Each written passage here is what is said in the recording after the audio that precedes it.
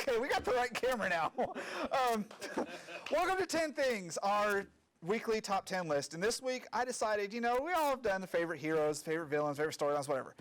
What about the top 10 weirdest things about the comic book world? Okay, I want to really tackle these. So at number 10, I have sidekicks. Okay, I understand the purpose of a sidekick is to have someone there to watch your back and things like that. But if you're out there fighting like a superhero war, do you really want to be worried about the person next to you who's not good enough to be a superhero? They have to be relegated to a sidekick. I mean, honestly, I don't understand the purpose of the sidekick outside of, hey, I've got a buddy who's the supervillain's going to kill, I'm going to get real angry at. That's the whole purpose of a sidekick.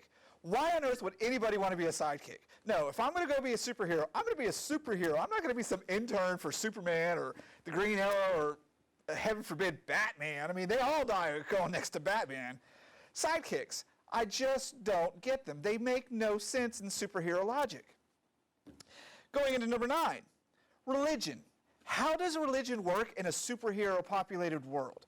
You've got gods, aliens, superpowered beings. Where does your Bible and your whole religious beliefs fit in with that? Because it throws everything out the window. It's like saying Jesus was Superman, Maybe that's what it was. Maybe all these religious icons were really early superheroes. We really don't know, but I don't understand how religion could fit into a superhero world. I mean, there's so many bigger-than-life things, these epic events, and you actually have gods like Thor, and I'm pretty sure there's some gods in freaking DC, and you get these aliens like Thanos and Darkseid. Everything you think you know is right out the window. So religion is definitely a questionable aspect to any superhero world. Which then goes into number 8. Okay, I know they're comic books, and they all have different titles, but why on earth do they have such fractured histories? Like, you could pick up 5 Spider-Man books a month, and they all tell a different story that don't really coalesce unless there's some epic event going on.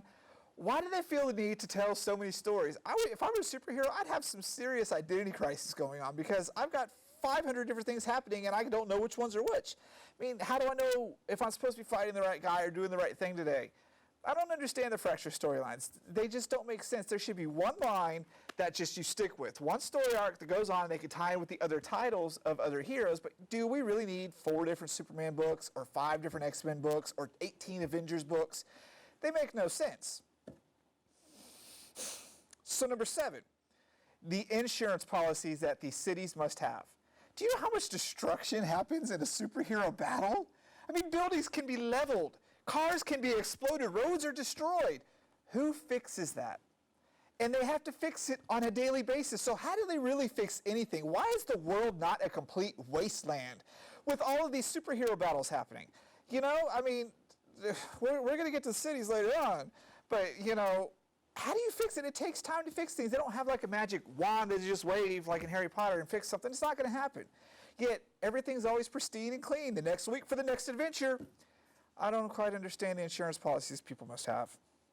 So number 6, I want to talk about Spider-Man's webs. Okay, I know that they dissolve over time, but in a normal day, he's swinging from rooftops and skyscrapers, and these things are laying all over the city.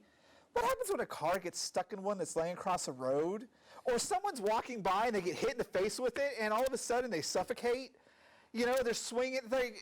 It's like human-sized flypaper is the best way to put it, and it's everywhere in New York City. You're going to be late to work if you get stuck in a web because it's going to take about 3 hours to dissolve. I mean, if you could even use your phone at that point in time, hey boss, I'm going to be late today. I'm stuck in Spider-Man's webs again. I don't quite understand how they get around the whole Spider-Man web aspect. Going into number 5, S.H.I.E.L.D. I freaking love S.H.I.E.L.D. It's like the ultimate end-all, be-all organization that stays on top of everything and has the ultimate badasses working for them. But for a company and an organization that knows everything, how do all the bad things continually happen? Do they just sit up there and roll a dice and say, okay, well, we'll stop this one, let everything else go to hell? They have dartboard, Nick Fury's throwing darts at it. I don't understand. You know everything. Why don't you preemptively strike? Or, kill the supervillains. You've got the technology. Make the world a safer place. No, I think S.H.I.E.L.D. likes the chaos. I think Nick Fury is addicted to the mass mayhem and destruction. He's like one of those explosionophiles, He has to have it. It's like a drug to him. S.H.I.E.L.D., why aren't you better protectors? Going into number 4, we talked about cities. New York City, Gotham City, Metropolis. constant state of chaos, destruction, and disrepair. Why would anybody live there? You cannot go a day without something happening, some life-threatening, earth-shattering, everything being destroyed event happening. Why the hell would anybody live there? And more importantly, why don't the supervillains move the hell out of the city where all the superheroes are? Like, let's go to Des Moines, Iowa, or Idaho, someplace in the middle of America where there's no superheroes, and just start taking over there and building your way out. By the time they catch on, you're unstoppable. I don't get the big cities. I wouldn't want to live there. I mean, yeah, it'd be kind of fun. Or, oh, yeah, look, there's another superhero explosion today. But by week 3, I'm going to be like, I need to move. Can I get my deposit back on this apartment? I don't understand why people don't leave. So I go into number 3, which is becoming a superhero. Apparently, it's really easy. You can fall in a vat of ooze. You can get bit by a radioactive bug. You can get gamma radiated. It is so easy to become a superhero in a superhero world. Why aren't more people doing it?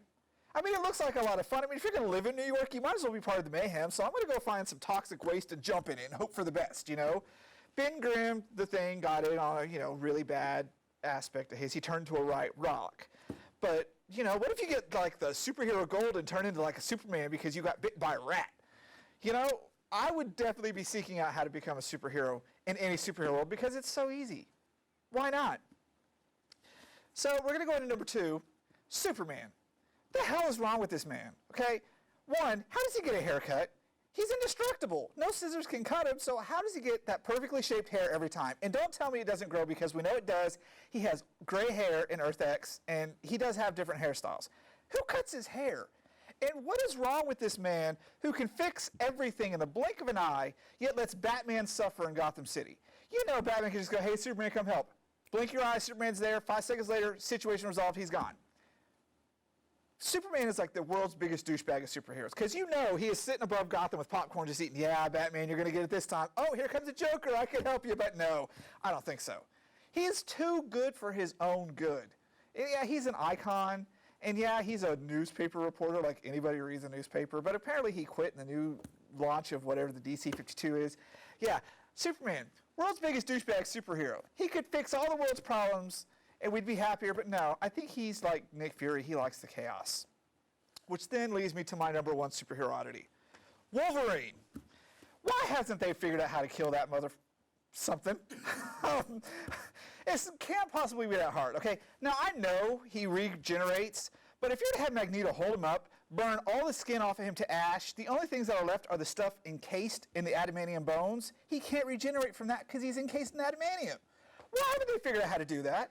I mean, Wolverine is like, he's not as much of a douchebag as Superman, but he's very questionable because he keeps regenerating, and no one's figured out how to just freaking hold him in one place, skin him, take everything off, peel out everything from his skull, and just let him sit there, a pile of metal bones that can't do anything.